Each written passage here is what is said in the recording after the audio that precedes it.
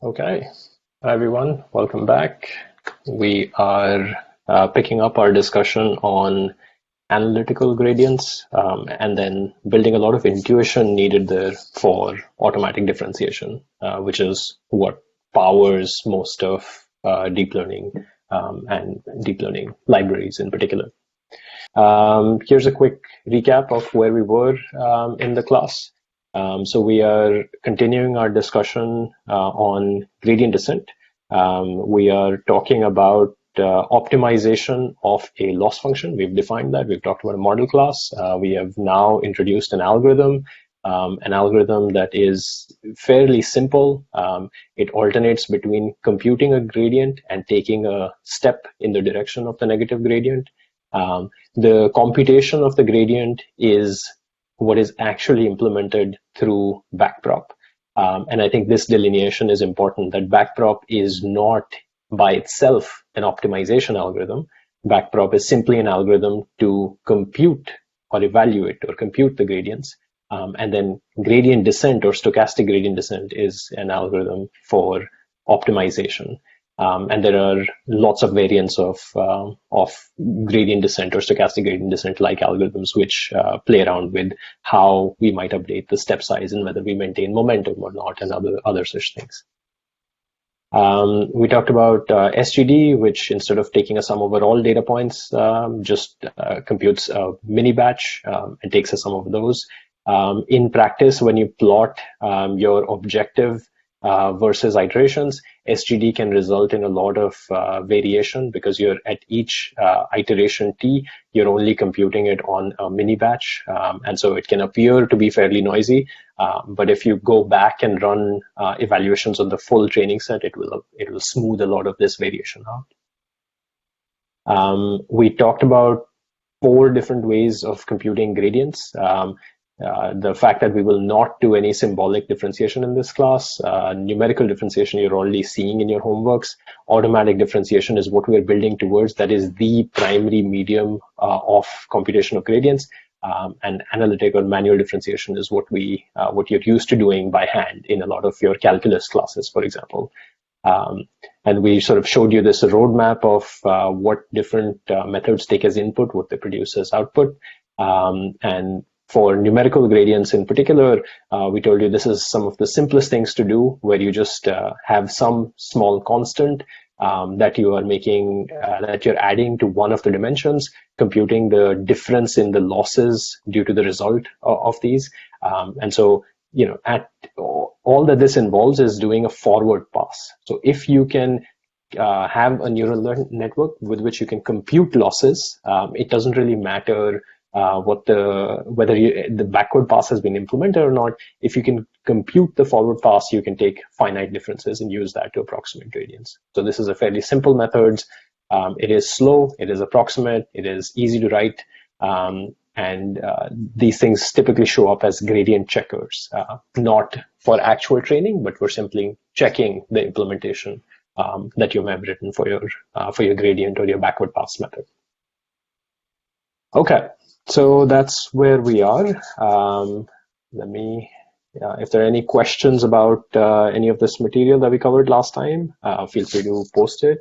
But let's get started with analytical gradients. Today, as I mentioned on Piazza and last time, it's a bit more mathier sort of a class. Hang in there. We are building intuition towards things that form the backbone of these libraries. If you understand these concepts, you will forever be able to have a sort of fundamental understanding that will let you not fall into the traps that someone else might fall into who is just using this as a black box. So let's get started. Our motivating example is this. We will want to compute gradients of this function. So analytic gradients will be for this one particular function. There is some input x, it lives in some RD. There is a binary classifier, so this is a restriction of the softmax. There are only 2 classes, and because of that, I actually don't need a full softmax function. I can make do with what is known as a logistic function, which is that I only have one parameter. I do not have a W1 for class 1 and a W2 for class 2. I can just make do with one parameter because there are only two classes. And what I do is I just take a dot product with my feature, my input x, and I pass it through this 1 over 1 plus e to the negative score function. That's the sigmoid function. You've already met it. And that's that gives us the probability of class 1. So think of it as simplified softmax, if you will, and the loss function is similar, negative log probability and just L2. So this is our loss function for one data point, and we are going to ask you to compute this object, so the gradient of the loss with respect to W, right? And we're going to do this by hand. Now, if I were to give this to you as a homework problem, you would just, plug away along various dimensions of L, along various dimensions of W. But what I'm going to show you today are ways to do this in a vectorized fashion as, vector and matrix calculus, which will make this a lot easier to deal with. So this is going to be our goal, and we're going to build up to how to do this in a clean, simplified manner. And we're going to go back to we're going to teach you matrix and vector derivatives. And one thing I particularly like is if we can define a clean notation, sometimes the results that we want just sort of pop out. We don't have to learn any tricks. The results just sort of stare at us. There is a question, this is a side question, but can we put binary label 0, 1? Yes, that's also possible. The -1, +1, or 0, 1 mapping is an arbitrary choice. It just, the +1, -1 for logistic regression makes the math work out a little bit easier, because you can just multiply the +1 and -1 by the score, and you get the score for one of the categories and the other one, and the negative score and so on. It just makes some of the math easier. Okay, so here's the notation we're going to be that you've already seen me use. X and Y without the arrows are scalars. We are going to be working with some X in RD, some Y, let's say in RC, and of course capital X, capital Y's are the matrices that we're going to be working with. We're going to be interested in partial derivatives or gradients or differentiation of lots of things with respect to lots of other things. So we're going to be interested in taking derivatives of scalars, vectors, matrices, with respect to other scalars, other vectors, or other matrices. So the scalar with respect to scalar, you sort of understand very well. I don't even need to write the partial. I can write the total derivative. That's fine. This is just a convenient choice so that I can stick to a particular thing.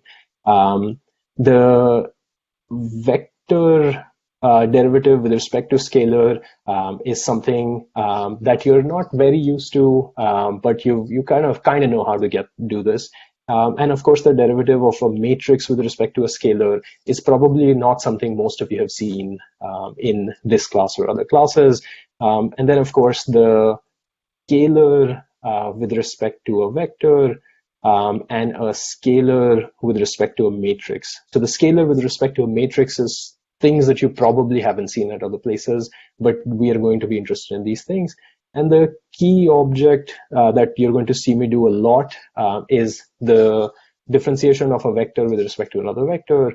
And I can fill this matrix out, but most of these higher order terms will result in objects that are tensors. So we will hold off on analyzing them. The gradient of a scalar with respect to a scalar will typically be, we'll write it down as a function, and it'll give you a scalar value. So let's start writing down our notation.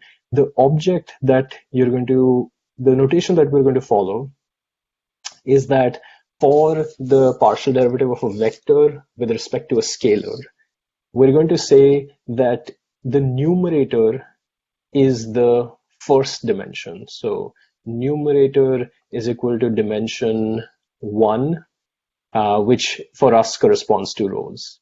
Okay, this is just a convention. There is in fact a fairly popular opposite convention. If you talk to physicists in particular, they in their algebra and in their calculus use the opposite convention, where the gradient of a vector with respect to a scalar is a row vector, but for us, the gradient of this is a column vector. So partial of y1 with respect to x all the way till yc with respect to x. So this is a c cross 1 vector, right? That's a choice that we're making. And the corresponding of a scalar with respect to a vector is a row vector for us. So this is y with respect to x1, y with respect to xd. We are making the choice that the denominator corresponds to dimension 2, which are the columns, right? This is just a convention. I like this convention because I believe that a lot of the math that we're going to do just ends up being somewhat simpler with this convention. But please be aware that you will come across the opposite convention as well. Okay? So partial derivatives of vectors with respect to scalars, scalars with respect to vectors. And of course, this is typically the object that we are interested in the most in deep learning. We are typically interested in computing the partial of a loss, which is a scalar, with respect to w, which are the parameters, right? So this is the gradient object that you have seen me talk about a lot.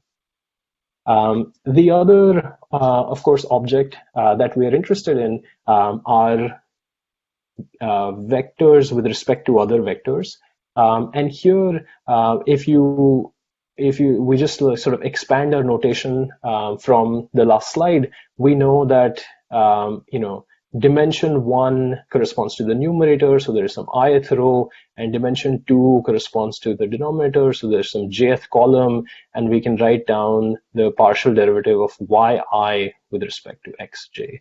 So this is a matrix of size c cross d. If there are cy's and c-dimensional y's and d-dimensional x's. So we are del yi with respect to x1, del yi with respect to xd, and so on. Here you'd reach del yc with respect to xj and so on. Okay, so that's our convention. This object, by the way, is known as a Jacobian. This is what you've been seeing in your homeworks without it explicitly being defined. This is a Jacobian is the matrix composed of partial derivatives of the components of one vector with respect to another vector. That's what a Jacobian is. And we're going to follow this convention that the numerator is what varies along the rows and the denominator is what varies along the columns, right? This is our convention in this case. Let's look at a couple of quick examples. So we now know, let's define a simple function y, which has two coordinates, y1, y2, which let's say y1 is x and y2 is x squared. So if I want to do the gradient of y with respect to x, I immediately know that this is going to be a column vector. It's going to be the same shape as y. And this turns out to be 1 and 2x, right? This is not, I take the partial derivative in the first dimension, partial derivative in the second dimension with respect to x. This is not particularly tricky. The second example is slightly more along the lines of what you will come across in your things. Let's say y is a scalar this time, and it's a dot product between w, or an inner product between w and x, right? So this is sum over wi xi, sum over I. And so x is a vector, y is scalar, and I'm asking you for the y with respect to x. So immediately we know this has to be a row vector, right? There has to be there are some d columns that we have to fill out because x is d dimension.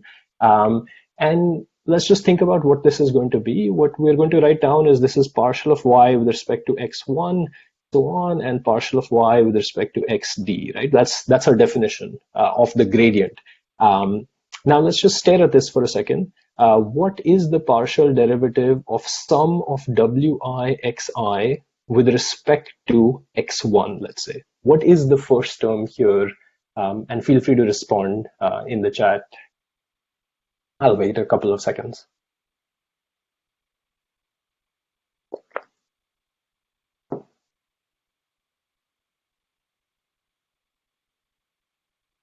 All right, folks, I know it's the morning, things are slow, It's a simple question. I have W1 times, thank you, yes, lots of answers coming in. I'm taking the gradient with respect to X1. So yes, the answer is W1. There's only one term that multiplies X1, everything else multiplies X2, X3, and so on. There's only one term in this summation that multiplies X1, and that term is W1. So if I just write this down, there's W1 here. And if I do the same for other coordinates, I get W2 all the way till WD. This is just following the, whatever I'm taking the derivative with respect to, that term will pop out. And almost immediately you notice that this is just simply W transpose, right? That's what we've written down. And this right here is why I like this notation, because it tells us that the partial of W transpose X with respect to X is simply W transpose. And to me, I like that notation because what it says is mentally I can do this. I can just sort of cross out X. And you know, I like doing a lot of like scratch out math and like mental math. And it's clear that this notation lets me do that. It just lets me cross out a term, and then whatever is left, that's the gradient, right? So that's why this is an interesting notation. Okay. I won't do this. I won't derive this, but here's something else that you can derive at home. This is pretty easy to do. That if you have a scalar W transpose AW, so A is a square matrix, W multiplies it to the left, W multiplies it to the right, W is a vector. So this scalar with respect to a vector should also be a row vector. And if this was just a scalar derivative, if it was 2 times x squared or 2 times w, if it was w squared that we were doing, we would get 2 times w. And that's exactly what we get. We just get 2 times w transpose A. So that's the other sort of reason why I like this. Like there is a right w that gets cancelled out, and everything that's left, that's the gradient. Here's another example. If y is equal to ax, x is a vector, A is a matrix, it's a linear transformation, gives you another vector y. They don't even have to be the same dimensionality, but they could be. And then if I ask this question, what is the partial of y with respect to x? If my notation is stepping this up correctly, what should we get here? What should the partial of y with respect to x be? By the way, I see an answer in the comments saying A plus A transpose. That's absolutely right. I assumed implicitly that A was a symmetric matrix in this example. Yep, and for the other one, A, absolutely. So, you know, the notation is kind of just screaming at you that if you want to take the partial derivative, just cancel out x, and that's how you'll get this. Notice that these are both, this sort of result makes sense. These are both matrices. We know that on this ith row, jth column means it's the partial of yi with respect to xj, and that object on the other side is aij, ith row, jth column, and that kind of also makes sense because you know that yi is a summation over wij of xj summed over j. So if you did the partial of yi with respect to xj, not w, aij, we know that the only term that would survive is aij. So this kind of makes sense. This is correct. It's formally correct, but it also sort of is intuitive. Okay. So our default orientation is a column vector in this course. Yes, when we define vectors, the default vectors are column vectors. Yes, that is our default expression. That is pretty common. Okay, so now we've defined what a Jacobian is. We've done a couple of examples. Notice that at some point you will deal with not just scalars and vectors. You will have to deal with tensors, and in fact, that's what in most of actual applications and most of your implementations, you will be dealing with tensors, which are objects of size d1 cross dm, and maybe y is some tensor of C1 cross Cn, and these are both sort of heavy three-dimensional or higher dimensional objects. It turns out that there isn't elegant matrix algebra for high-dimensional tensors, especially in these gradients. There are competing conventions, but they tend out to not be very elegant if you want to write this out. The implementations all work out fine, but in terms of math, if you want to analyze things, the simplest way of thinking about it is to just say, I'm going to define a corresponding vector. So I'm going to define a y vec, which is just, I'm going to take the tensor and I'm just going to stretch it up in some rasterization format into a vector. Oops. Interesting. And I'm going to define x vec as a rasterization of the x tensor, and then I'm just going to reason about the y vec with respect to x vec. And this is a vector with respect to another vector, so this is going to give me a matrix. And this right here, every entry in this matrix is basically the partial of an index into that tensor I1 all the way till IM with respect to x of J1 all the way till Jn, right? And that's just some particular index. There's a way of multi-dimensional indexing the rows and the columns. But in most of these cases, we're going to limit our analysis to matrices and vectors, build intuitions that way, and most implementations you will be dealing with tensors. So just be aware that you're holding both these concepts in your head, that the actual analysis you'll be doing is on matrices and vectors.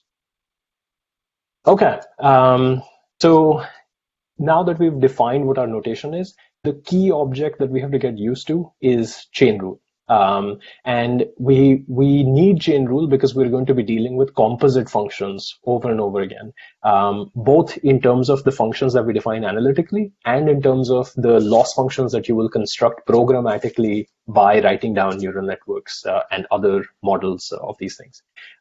Composite functions, as you are aware, just a refresher, is you have an f of a g of x, which can be written as f composed with g of x, and this is just a particular compositional function. In most cases, we are not going to be dealing with just functions that are two. We're going to be dealing with layers in a neural network. So it'll be some function that we're constructing, which is gl of gl minus 1 all the way till g1 of x. So there's going to be, you do something to your data, then you do something again, then you do something again. There are multiple such functions, and ultimately this is the really high dimensional function composed of cascaded function that you're constructing. And really, we should be aware that in practice, what you're constructing are loss functions, which are parameters of W. They're also parameters of your data, but we're not explicitly writing them. And of course, this is written as the notation GL of GL minus 1 all the way of G1 of X. And so you can think of data traversing along this composed direction. Be aware that there is an opposite notation. There is an opposite convention as well. So if you read some papers and you see the ordering of GL to G1 being opposite, just be aware that there is an opposite convention. I don't particularly like it. I find this convention to be much more intuitive, where it's clear that X is first processed by G1 and then by G2. The opposite convention feels odd to me because X is farthest from the other direction, but it's just a convention. Okay, let me see if there are any questions. Okay. All right, so the key thing that we're going to be dealing with in compositional functions is, of course, chain rule. We will have a variable. Let's look at chain rule for the scalar case. Then we'll look at for the vector case. And then I can take questions after that. So you have one variable in the scalar case, x. We are going to process it by some function g1 to give an intermediate variable z, which we're going to process it by another function g2 to give us a third variable y, which is also scalar. And this is a compositional function G2 of G1 of X, this is equal to Y, and this intermediate variable we're calling Z. And chain rule is a fairly simple concept. You've seen it before. We are just writing it down again to generalize it. It says that if you want to know the partial derivative of Y with respect to X, so there's some downstream variable, you want to know how much that changes as you make epsilon perturbations to your upstream variable X, you just multiply your partial derivatives in a chain ordered fashion. So this is a scalar multiplication or a scalar product. These are the partial or the total derivatives for scalars because we can write them down. And this is just how chain rule is defined. If there's an intermediate variable, you define partial derivatives with respect to that. How much does X affect Z? How much does Z affect Y? And just multiply those two things together. And now, if our notation is correct, if we've done everything well, when we generalize this to the vector case, we should just really be able to put arrows down everywhere, and things should work out. And that's exactly when you know your notation has worked out correctly. If generalization are trivial, they look like nothing has changed. So here's what I mean for the vector case. You have vector X, which is in some r to the d. You process it by some function G1. It gives you a vector Z, which lives in some r to the m. So G1 is a function that maps from Rd to Rm. And then you process it again through G2, which is a function that maps Rm to Rc. And this gives you Y, which lives in some Rc, right? So these are now vector objects. But everything that we've learned about chain rule essentially applies. If these were scalar objects, we would have written down chain rule like this. Partial of Y with respect to X was partial of Y with respect to Z, partial of Z with respect to X. These are not scalar objects. And because our notation we've sort of dealt with it, we can just start writing arrows over them. That's it. And everything stays exactly the same. This dot in the center, by putting arrows, our notation is these are now matrices. These are Jacobians, and that dot in the center is a matrix multiplication. That's it. So the what to do in these cases is just staring at us because our notation has just told us what to do. Okay. Our notation appears to be clean because generalization of scalars to vectors seems to be fairly elegant in our notation. If I do say so myself. Well, it's not like I came up with the notation. I just like this notation. But this notation is also then telling us something interesting about what's happening in this matrix multiplication. So this right here, by the way, is Jacobian of G2 of G1. This is Jacobian of G2. This is Jacobian of G1. And so chain rule is telling us just take the Jacobian matrices and multiply them. That's how you will get the cumulative, you will get the Jacobian of the composite functions by multiplying the Jacobians of the individual functions along the way. Okay, let's take a deeper dive at what these matrices actually contain. So these are now just the same matrices that we wrote on the previous slide. So we wrote down partial of Y with respect to X, the partial of Y with respect to Z, and the partial of Z with respect to X, right? And let's take a look at the ith row and the jth column of these things. Our notation says ith row, which means that affects the numerator, partial of yi by xj. So that's the scalar sitting there. Ij in a matrix multiplication means you look at the ith row and you take the inner product with the jth column of the second matrix. So let's just stare at that. So this is partial of yi by zk. So if we are at some kth column, that k corresponds to the kth row. So there'll be zk with respect to xj. And this is exactly what you might expect, that really what this matrix multiplication view is telling us, that the partial of yi with respect to xj, how much just changing a little bit of this variable xj affect this variable yi? Well, it says you sum over all k of yi with respect to zk and zk with respect to xj. And that's just the matrix multiplication view telling us that there are some intermediate variables zk. You check how much xj affects zk and how much does zk in turn affect yi, and you sum that over all intermediate variables k. And this, again, we didn't have to do anything. This just sort of popped out of writing our notation in a particular way. Okay, so this is the Jacobian or the matrix multiplication view of chain rule.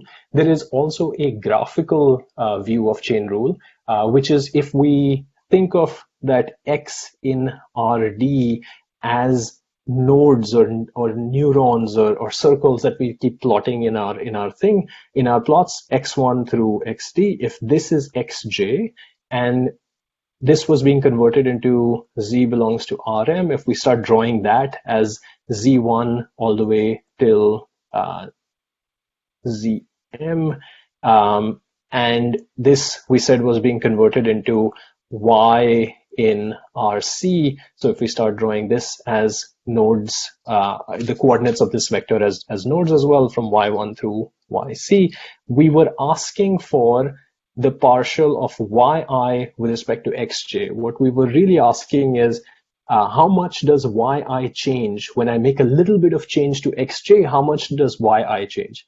And really, this graphical view tells us that what you're supposed to do is you're supposed to find out intermediate effects. Xj does not directly affect y.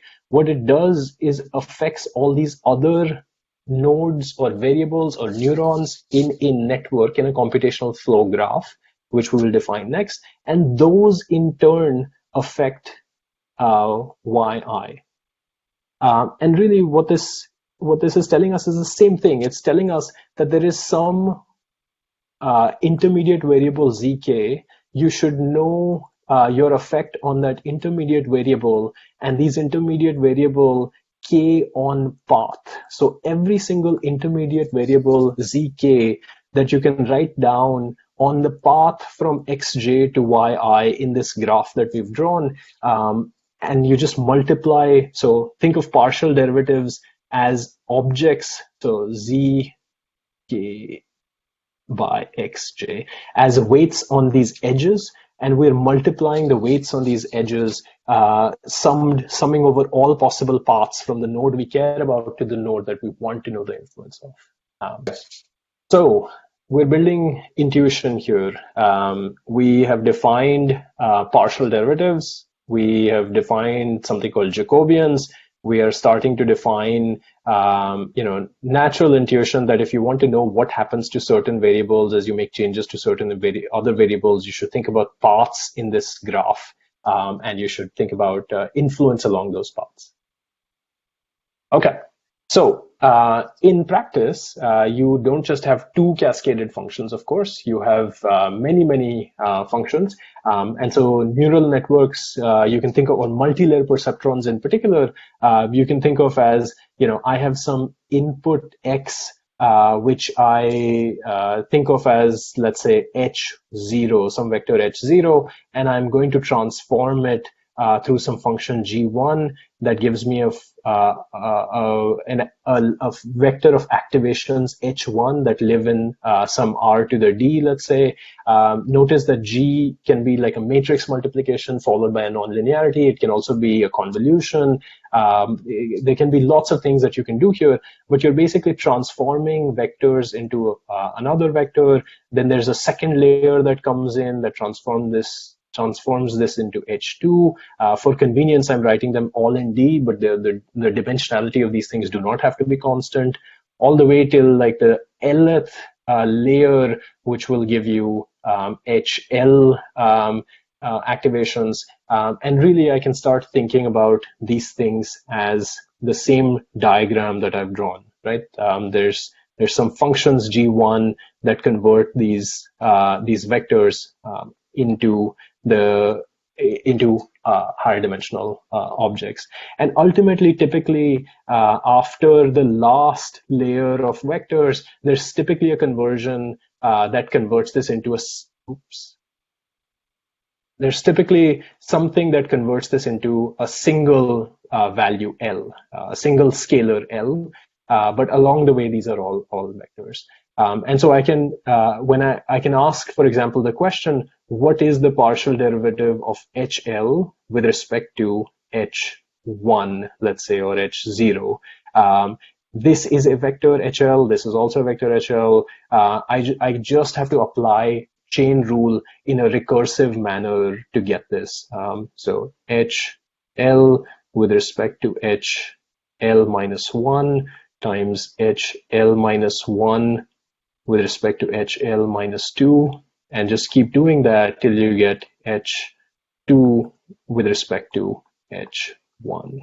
Right? So this is just chain rule applied recursively, and so all that we're saying is there is a matrix, which is the Jacobian here, and we have to keep multiplying the Jacobian matrices of each of these layers. Every layer G corresponds to a Jacobian matrix, and if we multiply these matrices, in our current example, they would all be D by D matrices, and we would get, for example, the final Jacobian matrix if all the H's are the same dimension.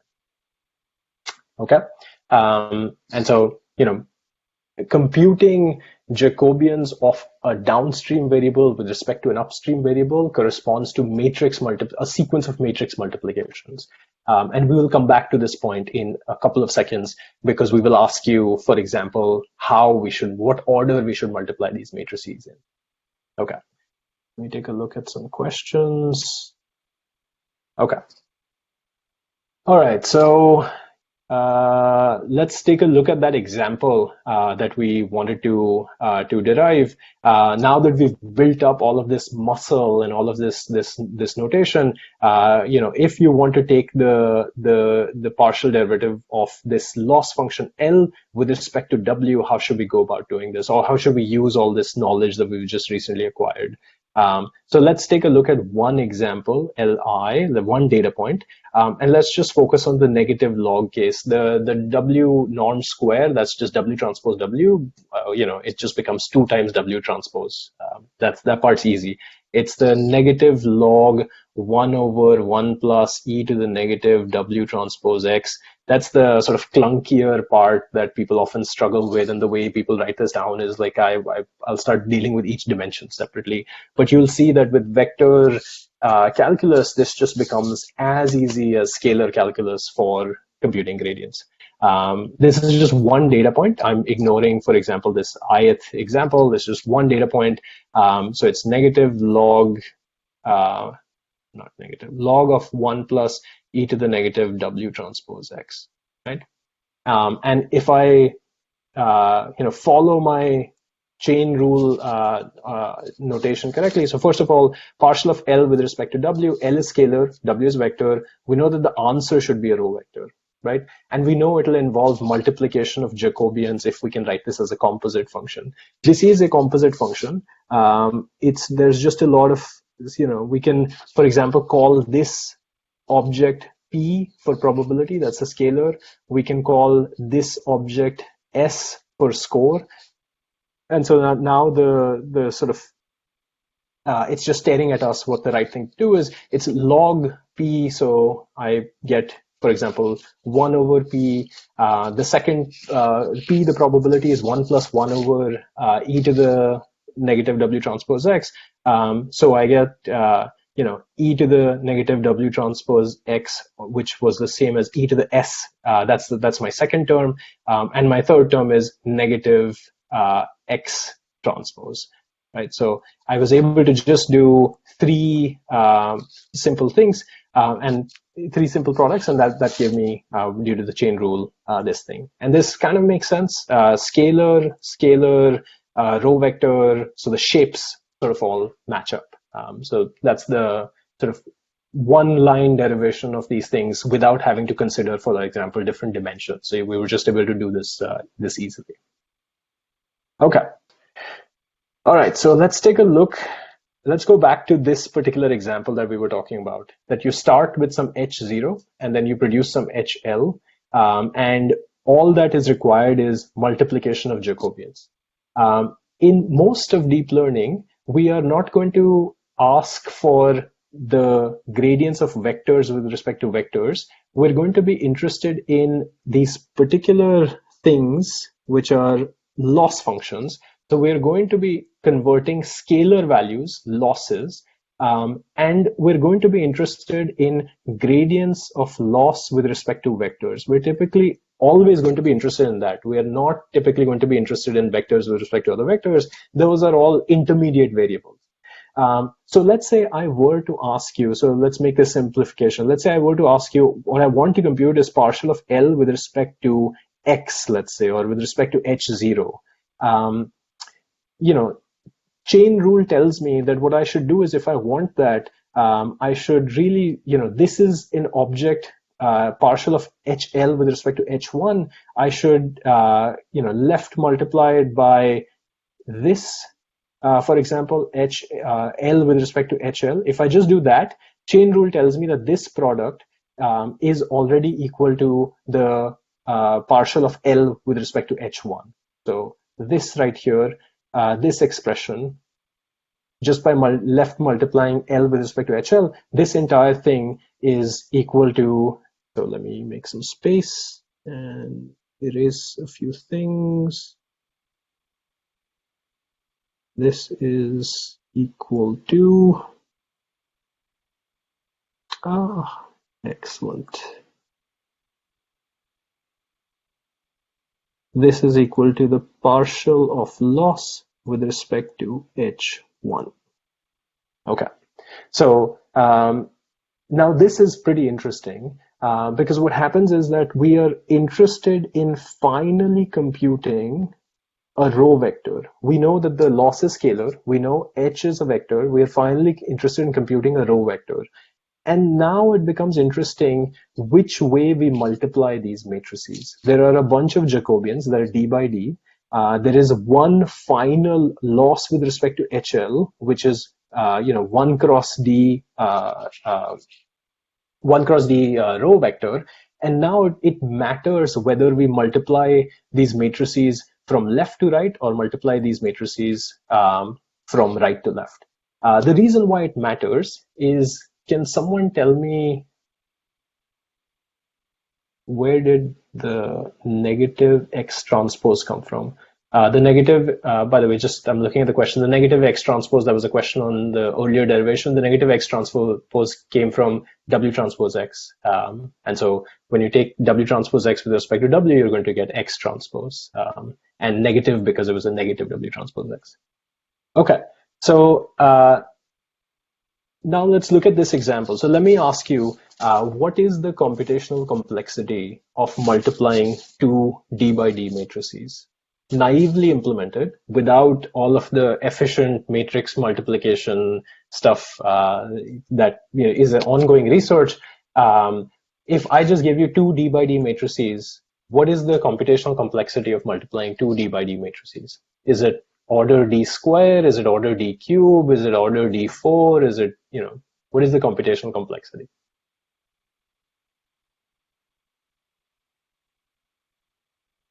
D cube. Yep. Thank you. So the computational complexity of multiplying two D by D matrices is order D cube. So if I start multiplying these matrices from the right, I will keep performing order D cube operations all the way till I reach the very last layer, and then I perform multiplication of a matrix with a vector. That's going to be order D squared, but it doesn't really matter. This is going to be dominated by the computational complexity of the order D cube matrix multiplications. So I end up with a total complexity of order L times D cube, L being the number of functions or the number of layers in your neural network. On the other hand, if I start multiplying these things from the left, if I follow this direction of multiplication, what is the complexity of multiplying a row vector which is length D, 1 cross D, with a matrix D by D. Can someone tell me what is the complexity of this matrix this row vector multiplied by this matrix? What is that complexity? Is it order D cube as well, or is it order D square? Order D square. Thank you. So the complexity of this multiplication right here is order D square. The product of this is again a row vector. And so if you multiply from left to right, you will get order LD square, or L plus 1D square, but that really doesn't matter. And so this contrast right here is a very interesting contrast in computational complexity. It matters which direction we multiply these Jacobian matrices in. It's going to lead to two very different computational complexity results, but it's the same answer that you will get. You will compute gradients exactly because you're multiplying Jacobians. You are implementing chain rule, but the order in which you multiply things matters. And this is the intuition why backprop is implemented in a certain way, because in most cases we are computing the gradients of loss with respect to vectors, scalars with respect to vectors. So if we start multiplying things from the end, it is going to be computationally simpler than if we start multiplying things from the beginning. It's because we are typically interested in scalars with respect to vectors. But if we were interested in other things, we would end up with other algorithms that would be faster than backprop, for example. Okay, so how we multiply matters. And in fact, we wrote down a chain. That's why there were only two directions, left or right. Computation in these things is going to be on a graph structured objects. And it's not just going to be a chain, and then there are going to be many different algorithms. Okay, so this so far was a bunch of heavy lifting that you can do with pen and paper. You can derive gradients. You can with pen and paper. We'll ask you to, but we will soon introduce architectures and models where each layer is sufficiently complicated and the entire architecture is sufficiently complicated that writing down chain rule by hand yourself is going to be too tricky. So we are going to be interested in, again, the same thing. We're going to be computing loss. There are going to be weights associated with each layer in these architectures. And we're going to ask you to compute the loss with respect to W, but we will not ask you to do this by hand. We will have programs that accomplish this for us. And in fact, these architectures are going to get so hairy that simply drawing them out on screen will be cumbersome, let alone implementing backprop or gradients, computing gradients on them by hand. So we will need programs to do this, and that's where automatic differentiation comes in, which allows us to write down programs that will be able to compute gradients for us programmatically. And the view I want to present to you is really we should think of deep learning as differentiable programming. And by that, what I mean is that computation, which is what we are going to do with neural networks, that they compute loss functions, we're going to write down computation as some graph structured objects. The input to the computation is data X and parameters W. The output of this graph is some loss. And we will be interested in scheduling, which is going to be something called topological ordering. And automatic differentiation is going to be a family of algorithms for implementing chain rule on a computation graph. So let me pause there. This is a programmatic view of implementing chain rule. We're going to write down logistic regression, multilayer perceptrons, convnets, everything as a graph structured object. And we're going to write down programs that do automatic differentiation or implement chain rule on these objects. Chain rule is called chain rule because we sort of think of them as chains, but these things do not have to be chains. They can be arbitrary graph structured objects. And so really you should be aware that backprop is a special case of automatic differentiation. It's a kind of automatic differentiation algorithm, and automatic differentiation is really a family of algorithms, not just a single algorithm. Let me pause and see if there are any questions. No. Okay. What is a computational graph? A computational graph is exactly how the name suggests. It's a visual representation, a graph structured representation of computation. So I've already been doing it through the semester. You've already been seeing me say X and W, you multiply them, you get some scores, you have some loss computation and some regularizer, you add them together, that gives you L. So this expression of inputs being data and weights and outputs being loss and intermediate nodes being computation that we perform on this graph, that's what a computation graph is, and we will define that formally. In neural networks or in multi-layer perceptrons or in fully connected layer neural networks, this is, for example, the computational graph that we will end up drawing. X is in some R to the D, the input. There is typically a fully connected layer that has some weights W1. So think of W as multiplying X with some biases and some nonlinearity here, which produces H1, which is then what you also multiply to get a sequence of. So this is the sort of chain structured graph that we construct with for fully connected neural networks that ultimately produces a scalar loss. But even though I've been drawing chain structured graphs, computational graphs are not restricted to be chain structured. Any directed acyclic graph is of differentiable modules is allowed. So we will, the formal intuition of Lego blocks is that every block is something that performs some computation, and we can stack them together in any order, as long as that order is something called a DAG or a directed acyclic graph. So let's take a look at what is a directed acyclic graph. If you've taken, for example, a graph theory class or an undergrad algorithms class, you may have come across this object. But if not, if you're coming from an EE background or an ISY background, well, ISY folks probably have, but you may not have seen this. So let's take a look at this. What is a directed acyclic graph? Well, it's exactly what the name suggests. By a directed graph, so it's a directed graph, meaning that there are vertices and there are edges. The edges have directionality. If you think of the edge set as a set of subsets, then the subsets have orderings matter. So x1 to x4 is a directed edge, x1 to x8 is a directed edge. So it's a graph with directed edges. It's an acyclic graph, meaning that there are no directed cycles.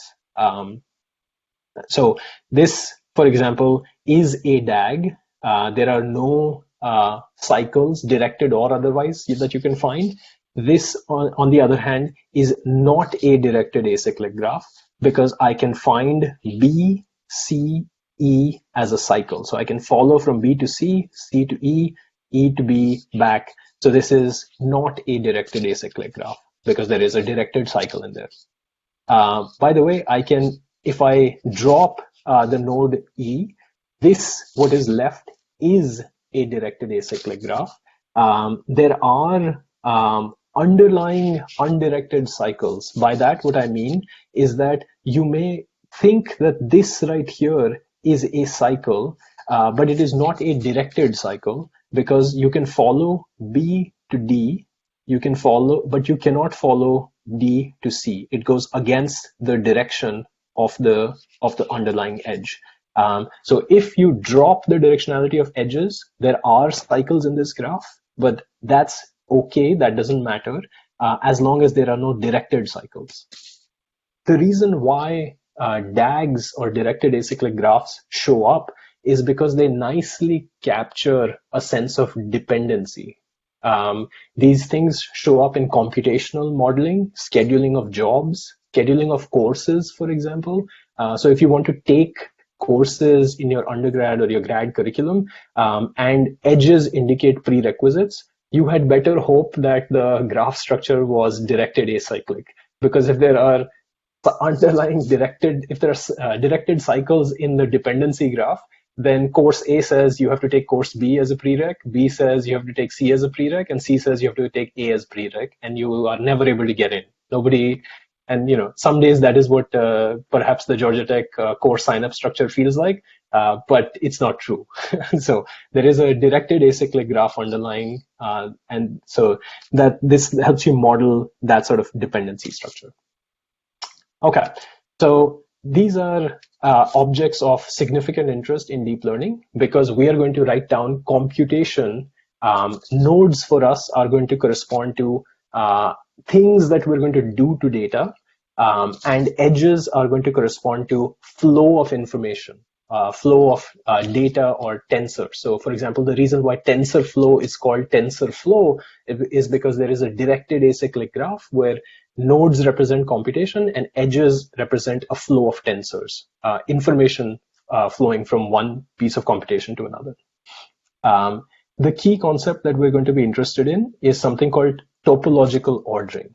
And a topological ordering is this idea that there is a way to number the edges in a directed acyclic graph such that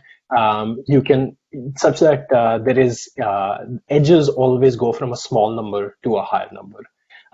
Formally, what this means is that there exists a bijection between the set of vertices to the set of numbers 1 through n, if there are n vertices, such that for all vi, vj belonging to the edge set. So for every edge that is in the edge set, sigma of vi is less than sigma of vj. And this is just formally saying what I informally said, that there is a way to number your vertices. So this is, for example, let me come up with the numbering 1, 2, let's see, 3, 4. Yeah, this is the right numbering. So in this, according to this numbering scheme, every edge has, so this is vi, this is vj. The numbering at vi is always smaller than the numbering at vj. So this is what a topological ordering says. So this is a topological ordering of the vertices. This, by the way, in this example, we have a inaccuracy. So this is not a valid ordering. 7 points to 6. So for this edge, the ordering has been violated, but this is easy to fix. If this is 6 and this is renumbered as 7, that would be a valid topological ordering. Everything else is valid in the graph on the example on the left. Let me take a look at questions. Oh, right. Sorry. There is a bijection sigma. That is correct. The bijection is sigma. Thank you. That there exists a bijection, which is sigma. That's correct. Okay. So that is what a topological ordering is. It is a way to number edges, and you can also think of this as in your adjacency matrix, there's a way to order the rows and columns. So this is 1, 2, 3, 4. There's a way of numbering your edges such that numbering your vertices such that the edges always go forward in this directionality. The reason why topological orderings are important is because they tell you how to get started on this graph. So if you're thinking of these nodes as courses that you want to take and edges as prerequisites, this tells you how to get started, what course you should take first, what course you should take second. And if you proceed in this ordering, you will never violate any directionality of edges. So that's why topological orderings are important. And this is what we ask you to do in homework, for example. We ask you to prove that there's a one-to-one relationship between topological orderings and DAGs. If I give you a DAG, you will always be able to come up with a topological ordering. And if I give you a topological ordering, you will always be able to construct the underlying directed acyclic graph. And the way to think about that is you can think about algorithms in going from one direction to other, right? So if I sort of give you a DAG, how might you construct a topological ordering? Well, I mean, the standard hints for these things are think of, intuitively what it feels like is if you want to get started on courses, look for courses that don't have prerequisites, right? So nodes in the graph that don't have parents are probably good things to get started with. Once you get started with them, you can eliminate them from the graph. What's left is a subgraph. Typically, you're seeing an induction argument form, right? So that's one way of going in that direction. And then the opposite direction is also possible. Okay. So there's a one-to-one equivalence between directed acyclic graphs and topological orderings. We are interested in graphs corresponding to computations, and we will write down, for example, this is a fairly simple computation. This is a function f x1 x2. Those two variables are multiplied, and then I take a sine x. And so this is a simple graph that I can construct. This is a computation sine. It takes as input x1. This is another computation product. It takes as input x1 and x2. Then those two are added together. So this is a computation summation, and that is my final thing. And I can refer to this as an intermediate variable w1. This is an intermediate variable w2. So this is the flow of data or information along those edges. So intermediate variables w1, w2, and w3 is the sum of those, which is equal to f. And so this right here is a way of converting. It's an example converting your computation into a directed acyclic graph where nodes correspond to functions or computations that you want to perform, and edges correspond to data flowing. Of course, the input is kind of special, right? Like input performs no computation on x1 and x2. It's just to get started on this graph. Okay. Yeah, so that's what I just drew. And by the way, we gave you this really clunky looking, scary looking object in your homework 0.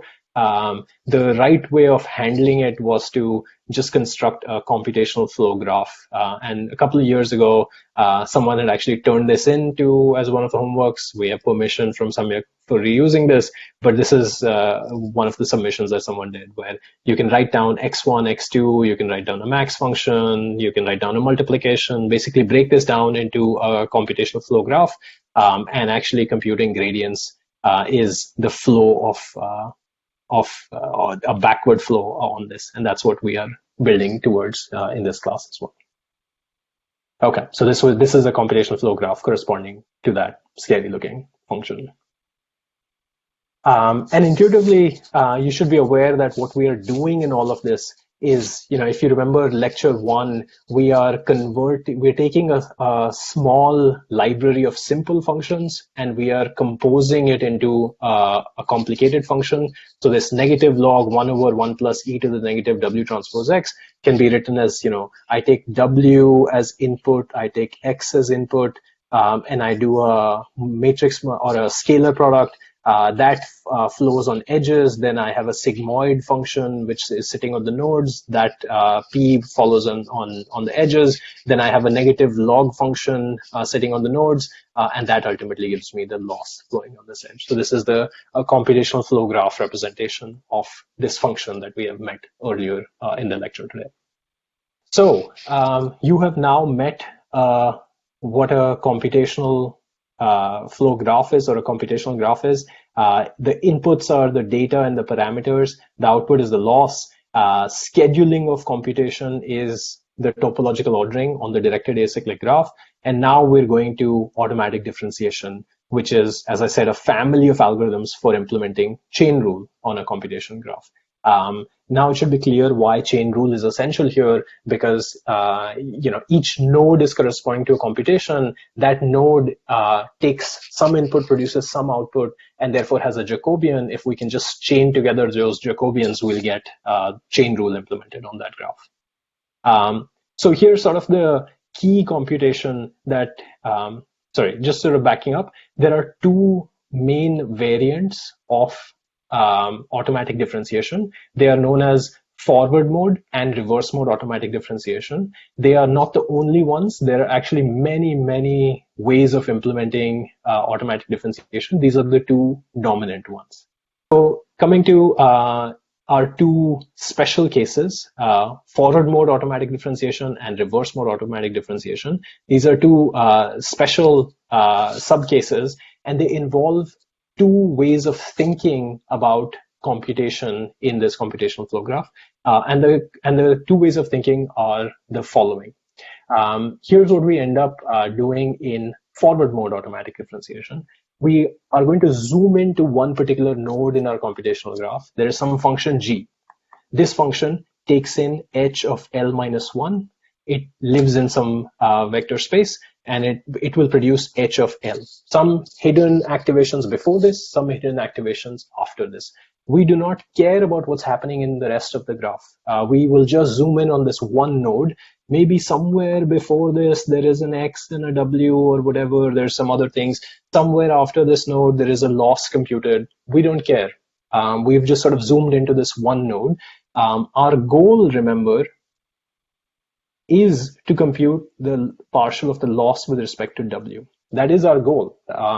And we can also think of this as partial of loss with respect to X, which is the earliest variable on the left. Right? Those are both our goals. But we will just focus on this one node. This HL is G of H L minus 1. This is the function. This is the input. This is the output. If you are doing forward prop. In forward mode automatic differentiation, there is a second augmented input, which is the input is from the left along the same direction of computation, which is the partial of HL minus 1 with respect to X. So whatever variable you'd like to accomplish your goal with, so our goal was partial of loss with respect to X, let's say, we also have an input of the partial of the input to this layer with respect to that variable we want the derivative. This is our input. And what we need to implement at this layer is this propagation. We need to output the partial of HL with respect to X. And the way we're going to do that is by implementing chain rule. This is partial of HL with respect to HL minus 1 times the partial of HL minus 1 with respect to X. Now notice that this right here, this term, is the input to this node in forward mode automatic differentiation. And this right here, the second term, this is the layer Jacobian. This is what you have to either hand derive or implement. So we will have to do some sort of hand derivation or implementation at this node. Just for G, we will have to define what is this layer's Jacobian, and then we will just right multiply that. So there's a matrix which is a Jacobian. We will right multiply that by the input to get the loss of HL with respect to X. And this propagation will follow in the same direction of the arrows. So in the same direction the forward computation happens, the automatic differentiation will propagate along these same directions. Think of this as right multiplication of matrices versus left multiplication of matrices. This is the direction of right multiplication of matrices. Should the left be HL instead of HL minus 1? That's an excellent question. No, this I have not made a typo. I checked. I have not made a typo. The input is the partial of HL minus 1 with respect to X. We are providing as input from the left. What is HL minus 1? Oh, I see where I've made the typo. Thank you, HL minus 1. And this is HL. Thank you. Yes, you did catch it correctly. The input is HL minus 1. And the input to forward mode automatic differentiation is the partial of HL minus 1 with respect to X. Okay. And this is forward mode automatic differentiation. We proceed in the same order as the computation. In reverse mode automatic differentiation, we're still zoomed into the same node. There is still a function G. There is still an HL minus 1 on the left and HL on the right, which is the function of HL minus 1. And at some point in the future, L is computed. At some point in the past, there is X and W or whatever. Our goal is the partial of loss with respect to X. That is still our goal. And what we are going to ask for now, the place where it differs, is that computation in reverse mode automatic differentiation follows the directionality opposite to the usual computation. So it follows in the opposite order of the topological ordering in the directed acyclic graph. So the input here is the partial of loss with respect to HL. This is what you folks are mostly used to in seeing backprop. You proceed in the opposite order, and what you are, this is a recursive algorithm. What you're provided is partial of loss with respect to HL minus 1, and what you have to produce as output is the partial of loss with respect to HL minus 1. And the way you do this is by implementing chain rule. Partial of loss with respect to HL, partial of HL with respect to HL minus 1. This, let me change colors. This right here is the input. We know this. We were given this in automatic differentiation. And this second term right here is the layer Jacobian. This is what we have to hand derive and implement or compute in some other ways. So notice that there is a nice little duality forming between these algorithms. You have a layer Jacobian, and whether you multiply it from the right or the left, and what do you multiply from the right or what you multiply from the left, that's the difference between forward mode automatic differentiation and reverse mode automatic differentiation. If our directed acyclic graph was just a chain, that's the example that we did earlier in the lecture. When it's just a chain, you have two choices. Do you follow the chain from left to right or right to left? And it will lead to two different algorithms with two different computational complexities. Okay, we will stop here. Next time, we will pick up at this point and work this through with an example of a scalar. And please take a look at this video again. Please refresh this. You will find this next stuff coming up quite useful, because this is what all the libraries, PyTorch, TensorFlow, implement under the hood. They implement reverse mode automatic differentiation, chaining together the Jacobians of the different layers. If you were still in the cafe land, you would actually be implementing Jacobians of the layers by yourself. PyTorch does not even ask you to do that. That's what's happening under the hood. Okay, so we'll stop here. People should feel free to sign out. I will answer questions if there are any.